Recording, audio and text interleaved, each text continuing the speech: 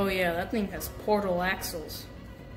I don't know how to work on these, but I need to do that maintenance and re-greasing all those gears. I wish there was a video that can show me how to take it apart.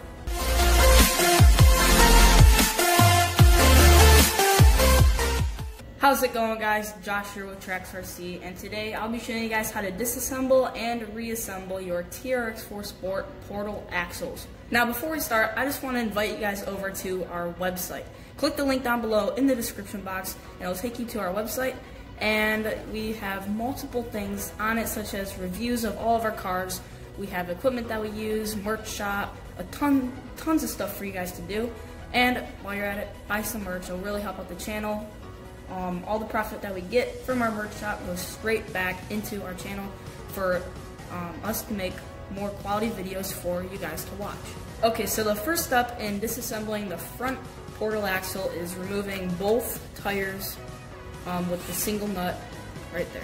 Our next step is to remove the 12mm wheel hexes on each side.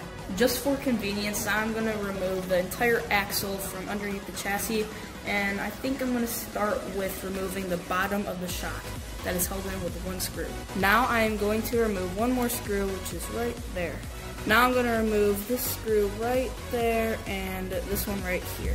After we remove that last screw, the axle will just fall right out of the chassis, and for convenience I'm going to remove this screw right here holding this link onto the axle. Now we can remove the two screws on the top and bottom of the portal housing, and I'm just going to take one out right now to show you guys something important that not many of you might not be aware of. So like I said, remove that one screw on top and bottom, and a little spacer may or may not fall out. Do not lose that spacer. And just set those off to the side. After you set those off to the side, you can easily pull out the housing, and now we can remove, it looks like 8 screws, 2 on the front and 6 on the back, and it looks like there's 2 more small ones up here that I didn't see. There's also 1 more screw right there. After you remove all 11 screws, you can pull apart the 2 halves just like that, and if it looks pretty well greased, then you can put it back together, and if it doesn't, I'll go ahead and add some more. And it actually looks like there's a little bit more. Looks like this bearing comes off right here. If I can get that. Well, it looks like that bearing comes off, and then you could slide this gear off, and then there's a pin right there that you can slide out, and then you could replace the stub axle if needed. Oh, there we go. Yeah, I was right. And then, yeah, if you need to, replace the sub axle. And you can put that pin back in, slide the lower gear onto the shaft, put the bearing back on, put it back in the housing,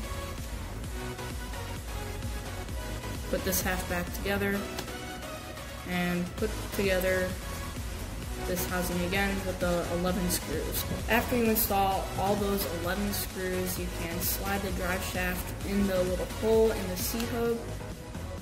Make sure it lines up correctly with the diff gear, and then insert the 2 spacers into the hole, and then slide your screw into the portal housing. Now that we have disassembled the right side of the portal axle, we can disassemble the left side. I'm not going to film how to do it because it is the exact same process as the right side. After you make sure that the left portal housing looks good, then you can flip the axle around and remove the 4 screws that hold the diff cover in place. After you remove those 4 screws, you can pull off the red diff cover, and as you can see, there's the diff. Mine looks pretty well greased, so I'm just going to put the cover right back on and reinstall those 4 screws. After taking a look at the front axle, we can go ahead and install it into the chassis by lining everything up correctly and installing the screws in the correct locations. And this is going to be a mess because there's links and shocks and drive shafts hanging everywhere. So after you're done installing the front axle onto the chassis, you can flip your car around and we can start taking apart the rear axle. The disassembly of the rear axle is actually very similar to the front axle on a TRX-4. I'm going to start with removing the 2 tires, the wheel hexes, and I'm just going to disconnect all the links, the shocks, and pull this entire axle out from under the chassis. As you can see, I have removed the rear axle from the chassis, and to remove one of the portal housings, there's only 2 screws right there. After you remove those 2 screws, you can grab the housing and the axle and just pull the 2 apart, and the drive shaft may or may not come out. But here is the housing and the drive shaft. You can set that off to the side, or you can stick it back in the axle, whatever one works for you. And to take apart the housing, there is 2 screws on the front and looks like only 6 on the back. After you remove all those screws, you can pull the 2 halves apart. And mine looks pretty well greased, so I'm just going to put it back together right away if this gear doesn't fall out. Slide that back in. I'll actually hold it in place this time. There we go. I'm going to put the 2 screws in front back in and the 6 screws in the back for a total of 8 screws. And then I'm going to slide this drive shaft back into the axle, put the housing back on, and put in the 2 screws to hold it all together. After you take apart the right portal housing and put it back together, you can do the left one. I'm not going to show it again because it's the same process as this side. So now let's remove the 4 screws holding on the diff cover. After you remove those 4 screws, you can pull off the diff cover, and there's the diff. Mine looks pretty well greased, as you can see, so I'm just going to throw that cover right back on and reinstall those 4 screws. Now I'm going to install the 3 screws that hold the axle to the links and shocks on the chassis.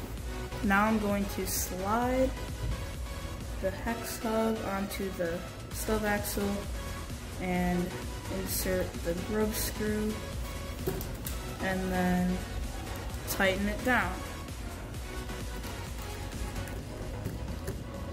Just like that. And I'm going to do that same thing on the other side. I just went ahead and installed both of the rear tires, and now I am finally done disassembling and reassembling both of the axles. I hope you guys have found something useful in this video, and if you enjoyed this video, like, share, and don't forget to subscribe.